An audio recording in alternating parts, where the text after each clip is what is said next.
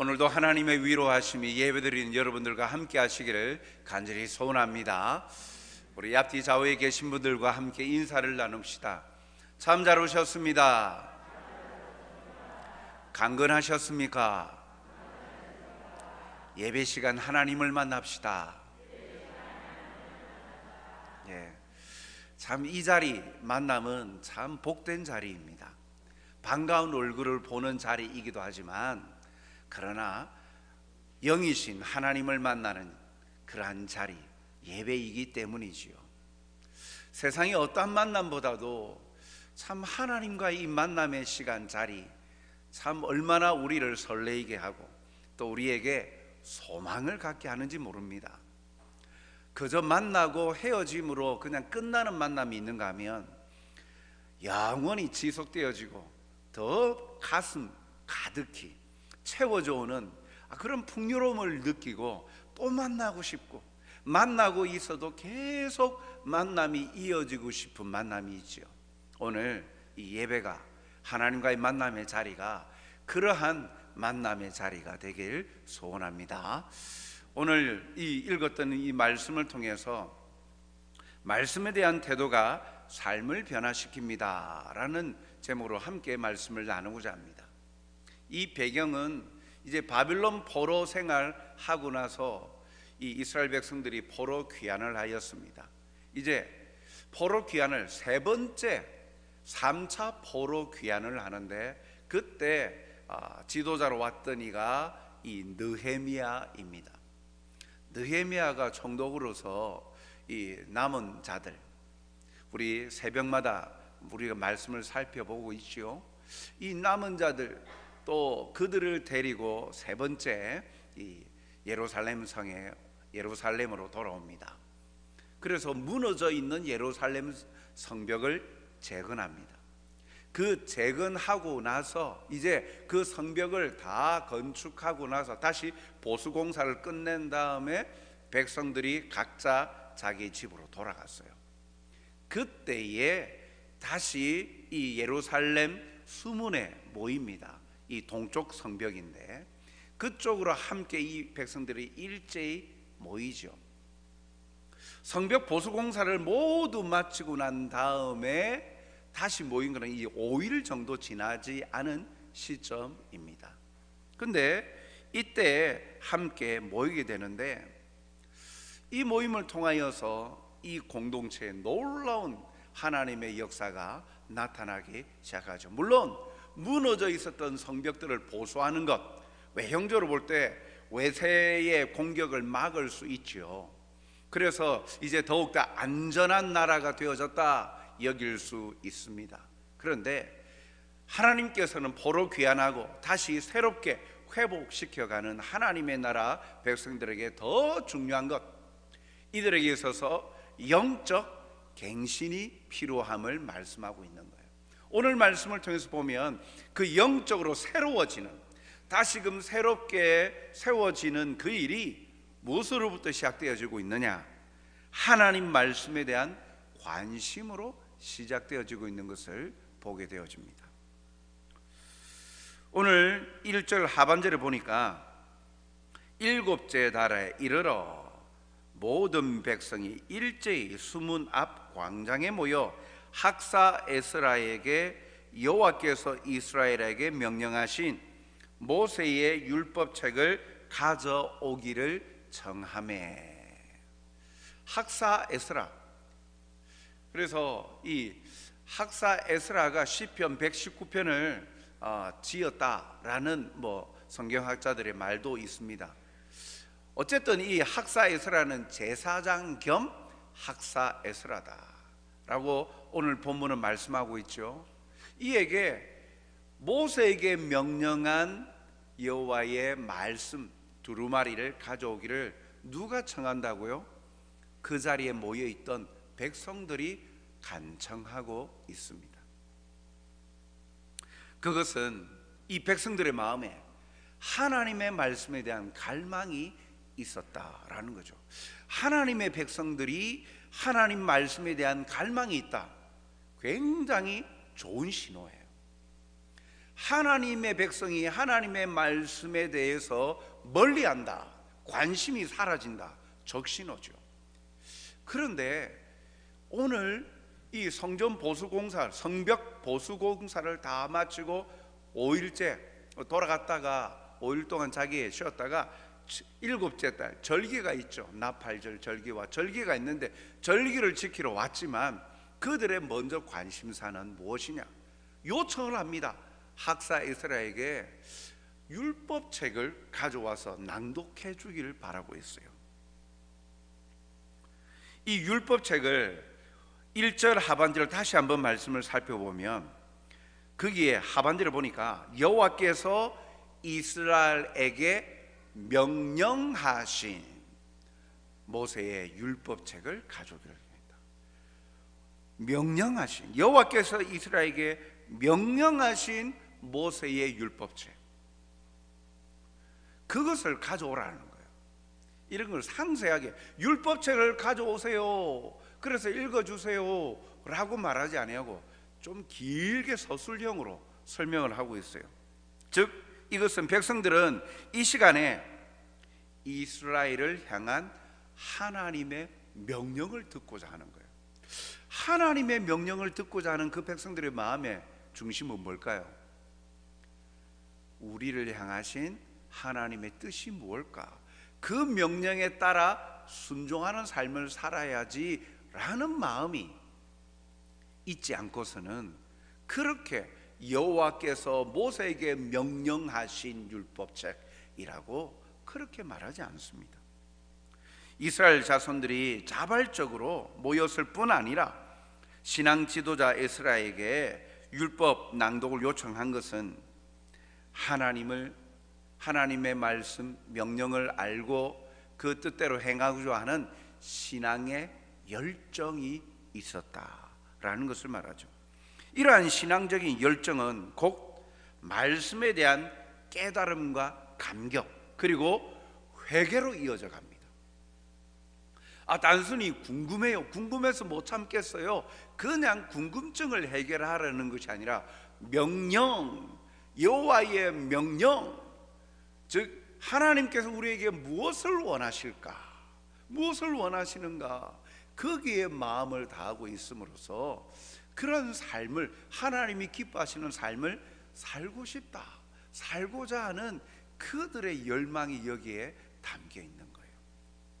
사랑하는 성도 여러분, 우리의 가정과 교회가 건강하게 세워지려면 보여지는 외형적인 것보다 내적 이런 건강, 풍요를 누려야 됩니다.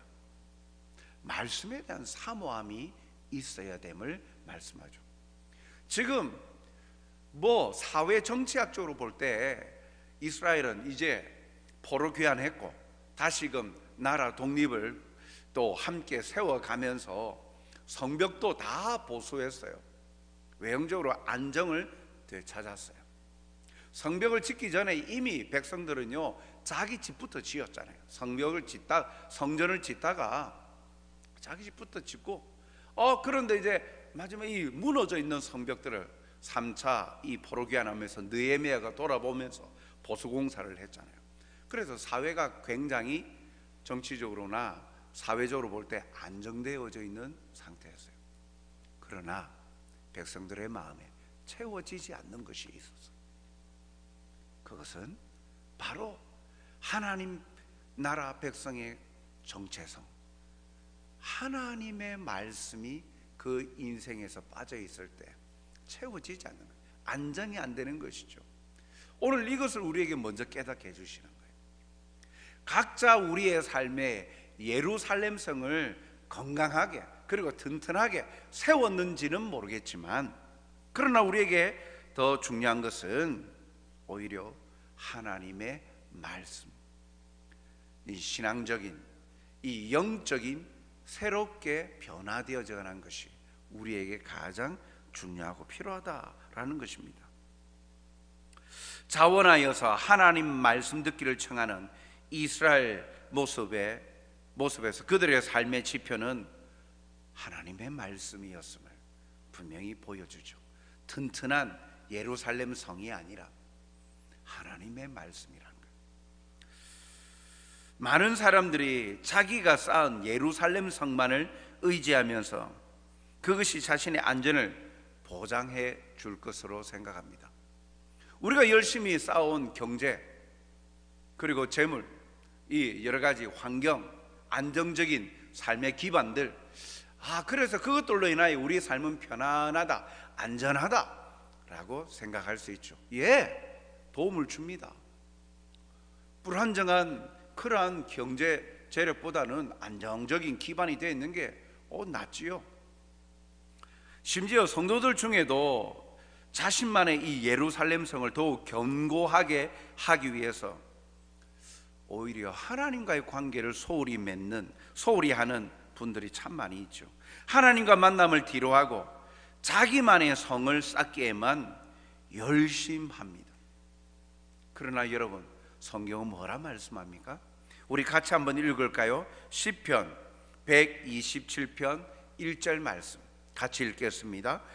여호와께서 집을 세우지 아니하시며 세우는 자의 수고가 헛되며 여호와께서 성을 지키지 아니하시면 바스군의 경성함이 허사로다.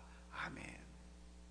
아무리 열심히 세워본들 하나님께서 지키지 아니하시고 하나님께서 허락하지 아니하시면, 하나님과의 관계가 무너져 있으면 그것은 다 헛된 것일 뿐이다 라는 것입니다. 예루살렘이 망한 것이 성이 견고하지 않았기 때문이 아니라는 것은 우리가 분명히 기억해야 합니다. 그들이 멸망하게 되어진 것, 바벨론에 포로 생활 잡혀가고 나라가 멸망하게 되어진 것은 하나님을 저버렸기 때문이죠. 새벽에 주시는 말씀처럼 세상을 의지하였기 때문입니다. 하나님을 의지하지 아니하고 세상을 의지하고 하나님의 말씀을 도외시해버리고 멀리하였기에 하나님께서 심판의 도구로 바벨론과 여러 열방을 사용하셔서 심판하셨지 않습니까? 하나님과의 관계가 단절되고 하나님 말씀에 대한 무관심으로 하나님 뜻과는 무관한 삶을 살았기에 망하였다라는 것을 잊지 말아야 합니다. 우리는 무엇보다도 하나님과 이 바른 관계를 맺기에 말씀을 가까이 하는 일에 힘쓰는 자가 되어서 하나님의 도우심과 은혜를 시간마다 누리는 복된 성도들이 되시길 주님의 이름으로 축복합니다. 그러한 영적 갱신에는요, 말씀에 대한 적합한 태도가 필요합니다. 오늘 말씀을 대하는 이 이스라엘 백성들의 태도를 통하여서 우리에게 적용하고자 합니다. 먼저 3절 하반절에 보니까 무 백성이 그 율법책에 귀를 기울였는데, 말씀을 낭독할 때 그 율법책에 귀를 쫑긋하였다. 그런데 귀를 기울였다라는 이 부분에 이 원어적인 그 의미로 더 설명해 주면 율법책에 귀를 접착제로 착 붙였다라는 강력한 의미가 더 내포되어 있어요. 떨어지지 않으려고, 한시라도 놓치지 않으려고 하는 그들의 마음, 귀를 기울이는 관심을 가지는 열정이 이 본문에 나와 있는 거예요. 그들의 신경은 얼마나 대단하였던지, 하나님의 말씀에 대한 열정이 얼마나 대단하였던지 말씀에 집중합니다. 마음을 빼앗기거나 흐트러짐 없이 그들은 어떻게 합니까? 아침 6시부터 자정 12시까지 6시간 동안 끊임없이 말씀에만 집중했던 거예요. 한시도 흐트러지지 않고 쫑긋하고 귀를 기울여서 하나님의 말씀을 하나라도 놓치지 않으려고 귀를 기울였다. 영적 회복에, 새로워지는 일에 이와 같은 말씀에 관심. 그리고 두 번째 그들이 보였던 태도는요, 에스라가 책을 펼치자 백성들이 일어섭니다. 5절에 보니까 에스라가 모든 백성 위에 서서 그들 목전에 책을 펴니 책을 펼 때에 모든 백성이 일어서니라. 두루마리를 쫙 펼치니까 그걸 바라본 백성들이 일제히 일어섰다. 일어섰다라는 것은 이 한낱 도구일 뿐인데, 율법 이 책에 담겨있는 두루마리가 도구일 뿐이지만, 그러나 거기에 기록되어져 있는 말씀의 주체이신 하나님에 대한 권위, 하나님을 향한 경외심, 하나님을 향한 경배의 마음이 거기에 담겨있는 행동이 율법책을 펴자 일어섰다라는 거예요. 한시도 그들은요, 하나님의 말씀이라고 성물로 여겨 우상시하는 모습은 배제해야 하지만 더불어서 무가치하고 가볍게 여기는 것 또한 우리는 주의해야 되죠. 그러나 이 백성들은요, 그 눈에 보여지는 말씀이 펼쳐질 때 가만히 있을 수가 없었던 거예요. 그 가운데에 성령께서 함께 하신 것이죠. 그 마음 속에 그들의 마음을 감동하여서 하나님의 말씀이다, 어찌 우리가 가만히 편안히 앉아서 들을 수 있겠느냐. 그래서 그 말씀의 권위, 하나님에 대한 존중과 존경과 경외심과 복종의 자세를 가지고 일어섰다는, 말씀을 대하는 태도가 이러해야 되는 거 아닌가. 우리는 말씀을, 예수님 안 믿지만 말씀을 열심히 읽는 사람들이 있어요. 거기에 좋은 말씀이 적혀졌다. 그러니까 좋은 말씀, 인용할 말씀이 뭐가 있나, 명언이 뭐가 있나, 그러면서 잠언서를 열심히 읽는 사람들이 참 많아요. 그래서 이 잠언서 말씀을 인용해서 자기의 그 지식의 해박함과 그리고 자기의 논리를 펴기 위한 도구로 사용하는 사람들도 있어요. 그런데 말씀은 그런 용도로 사용되어지는 게 아니죠. 그들은 말씀을 대하는 태도가 단순히 하나의 도구일 뿐인 거예요. 수단일 뿐인 거예요. 자기의 목적을 이루기 위한. 그러나 하나님의 백성들은 말씀을 대하는 태도가 마치 이와 같이 하나님의 말씀의 권위에 대하여서 우리는 복종하고 경외심을 가지고 경건함을 가져야 되죠. 그리고 이스라엘 백성들은요, 세 번째로 하나님의 율법책이 펼쳐지는 순간 말씀을 문자적으로 받아들이지 않고 그 하나님의 임재하심을 받아들입니다. 그래서 이 선포되어지는 말씀에 복종하고 그 말씀에 따라 행할 것을 다짐하는 모습이 나타나요. 6절에 보니까 에스라가 위대하신 하나님 여호와를 송축하며 모든 백성이 손을 들고 아멘 아멘 하고 응답하고 몸을 굽혀 얼굴을 땅에 대고 여호와께 경배하니라. 응답하고 경배하였다. 이 두 가지 반응이 나오는데 백성들이 에스라의 송축에 어떻게 응답하였습니까?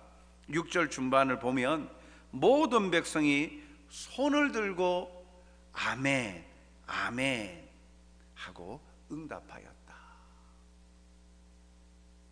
한 번도 아니고 두 번 아멘 아멘, 이 중복을 사용하였다라는 것은 이 말씀을 대하는 이스라엘 백성들의 진실함과 간절함이 어느 정도인지, 마치 기다렸다는 듯이 맞습니다, 옳습니다, 그렇습니다, 제가 이 말씀을 놓치고 살았네요, 이 말씀이 삶의 참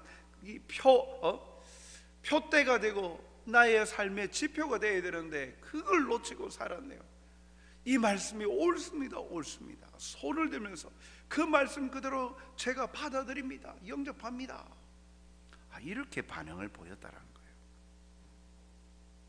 얼마나 한번 그려보십시오. 그러고 나서 그들이 보인 이 두 번째 반응은요, 몸을 굽혀 경배합니다. 하반절에 보니까 6절 하반절에 몸을 굽혀 얼굴을 땅에 대고 여호와께 경배하니라. 몸을 굽혀 얼굴을 땅에 대었다. 하나님을 경배하는 모습이 몸을 굽혀서 얼굴을 땅에 대었다. 절대적인 복종을 선언하는 거예요. 자기 복이 선언하는 거예요. 그리고 절대적인 복종, 하나님의 말씀에 절대적으로 따르겠습니다. 하나님은 나의 왕이십니다. 이러한 고백이 이 말씀에 대한 그들의 태도에서 나타나고 있는 거예요. 영적으로 새롭게 회복되어질 때 이 갈망함을 가지고 말씀에 귀 기울여 듣는데 그냥 듣는 것으로 끝나지 아니하고 즉각적인 반응을 보이는 거예요. 믿음대로, 너희 믿음대로 될지어다. 그 주님의 말씀처럼 이들은 아멘 아멘 믿습니다, 옳습니다, 동의합니다, 하나님의 말씀대로 살겠습니다. 저는 절대적으로 제 뜻을 펼치지 아니하고 왕 대신 하나님의 말씀대로 순종하고 따르겠습니다. 그래서 몸을 굽혀서 얼굴을 땅에 대고 하나님을 경배하는 거예요. 생생하게 그려지지 않습니까? 한번 상상해 보십시오. 많은 백성들이 모였습니다. 특별히 짜여진 이 강단 위에 에스라 학사가 서서 두루마리를 펼칩니다. 백성들이 일어섭니다. 그리고 낭독합니다. 낭독하고 하나님을 송축하니까 백성들이, 그 모였던, 일제히 모였던 백성들이 한두 사람도 아닌데 많이 모였던 그 백성들이 손을 들면서 아멘 아멘 아멘 아멘 하면서, 한쪽에서는 또 엎드려서 동시에 땅에다가 얼굴을 묻고 저는 주의 종입니다, 부족한 종입니다, 말씀대로 이제 따르며 순종하며 살겠습니다. 그러한 광경이 지금 이 예루살렘 성 숨은 성벽에서, 광장에서 일어나고 있었던 것이죠. 요즘은 말씀의 홍수 시대에 살다 보니까 이와 같은 말씀에 대한 경외심과 감사가 사라져 버리지 않았나. 너무나도 쉽게 접할 수 있으니까, 너무나도 이렇게 많고 쉽게 접하여지는 것에 대하여서 그것에 대한 감사함과 고마움을 참 우리가 잃어버릴 때가 많죠. 가족들 늘 만나는 사람이고 가족이니까 가족의 고마움을 알지 못하고 그래서 너무나도 쉽게 행동을 하여서 가족들에게 상처를 줄 때가 참 많습니다. 당연히 있는 것이고 자연스러운 것이다, 부모의 희생은 당연한 것이다 생각하니까 자녀들은 그냥 자기 머리가 컸다고 부모들의 말을 들으려 하지 않죠. 어떻게 이 땅에 존재하고 어떻게 자라게 되었는데 부모의 희생과 헌신을 알지 못하는 거예요. 서로 간에 또 사랑과 교제가 사라져버립니다. 마치 그와 같이 말씀이 너무 우리나라 언어로 번역되어졌는 이 말씀을 우리가 가지고 있다는 것, 굉장한 축복인데 아직도 자기 나라 말씀을 듣고 싶어도 자기 나라 언어로 되어져 있지 않아서 말씀을 깨닫지 못하는 사람들이 얼마나 많습니까? 그래서 다른 언어를 배워야만 그 말씀을 접할 수 있는 나라들과 족속들이 아직도 있어요. 그런데 너무나도 쉽게 우리는 하나의 번역도 아니고 다양한 번역으로, 또 그것을 이해 잘할 수 있도록 주석 성경도 많고요, 다양한 자료들도 많이 있죠. 이렇게 말씀을 더 깊게, 말씀을 더 친절하게 설명해주고 이해할 수 있는 환경이 만들어져 있으면 더 집중하여서 더 하나님의 말씀에 대한 은혜와 감격이 넘쳐나야 되는데 오히려 이것은 구태한 것이고 말씀은 지루하고 참 답답하게 만드는 것이고 뭔가 새로운 것, 뭔가 다른 색다른 것, 그것을 찾아서 떠나버리는 성도들도 얼마나 많이 있습니까? 마치 하나의 부적과 같이 말씀을 생각하고, 그러나 일상에 살아가는 삶의 지표가 되는 것은 말씀이 아닌 자기의 삶의 노하우나 성공적인 그런 경제적인 성공을 거두었던 사람들의 이야기나 행동 패턴이 그들의 삶의 지표가 되어져 버리는 그런 시대를 우리가 살아가고 있습니다. 일수강과 풍성함이 복인 줄 깨닫지 못하고 무디어져 버렸죠. 무디어지다 못해서 이제는 말씀을 겸손히 받아들이지 않고 내가 듣고 싶고 내 귀와 마음을 즐겁게 만드는 말씀만 찾아다니는 거예요. 그래서 말씀을 들으면서 앉아서 평가하는 거예요.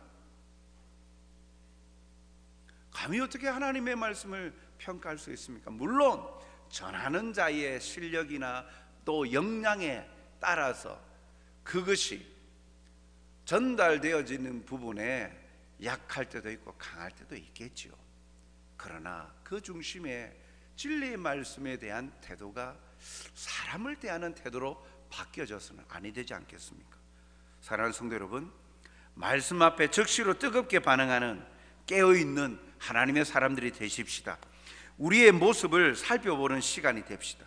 말씀을 겸손하고 순전한 마음으로 받아들이는 자가 되어서 하나님의 기쁨을 함께 누리는 복된 성도들이 되시길 주님의 이름으로 축복합니다.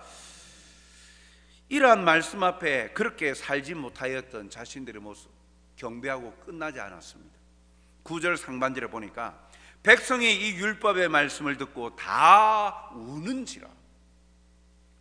아멘 아멘 하고 하나님 앞에 또 경배하더니 곳곳에서 울기 시작하는 거예요. 울었다. 그건 울기 시작한다. 자신의 말씀의 거울에 자신을 비추어 볼 때 자신의 죄가 드러나니까 고통스러워하는 거예요. 회개의 시간이 이루어지는 거죠. 말씀에 대한 열정과 갈망이 그냥 지식적인 열망과 궁금증에서 끝나지 아니하고 말씀을 온전히 대할 때 통회하고 자복하는 회개의 자리까지 이어진 것입니다. 앞서 낭독할 때 보였던 아멘 아멘 하며 보였던 백성들의 모습이 더욱더 자신의 내면을 돌아보고 감정에 북받쳐 오르기 시작하는 거예요. 감정뿐만 아니라 자신의 죄악이 낱낱이 드러나는 것에 아파합니다. 그리고 그것을 말씀 앞에 깨닫도록 또 깨닫고 그 감정의 상태에서 주체할 수 없는 상태에서 몸부림치고 있는 거예요. 그때 그 옆에 말씀을 깨닫도록 돕는 자들이 함께 있었죠. 7절 8절에 보니까 예수아와 이 모든 사람들이 레위 사람들이었어요. 레위 사람들은 백성이 제자리에 서 있는 동안 그들에게 율법을 깨닫게 하였는데 하나님의 율법책을 낭독하고 그 뜻을 해석하여 백성에게 다 그 낭독하는 것을 깨닫게 하니. 7절에 나타나는 이 13명이 모두 레위 지파에 속한 사람들이에요. 이는 백성들에게 실생활에 이 말씀을 적용토록 도와주었어요. 레위 사람들이 백성들에게 가르쳐주자 백성들이 율법을 밝히 알게 되었다라고 말하죠. 12절 하반절을 보니까 그들이 그 읽어 들려준 말을 밝히 알미라. 백성이 그 율법을 깨닫게 되었을 때 그들은 즉각적으로 자신들의 죄를 고백하고 회개하는 심정적인 변화를 가져오게 되었어요. 그래서 슬퍼 웁니다. 그럴 때 느헤미야가 슬퍼만 울지 말아라.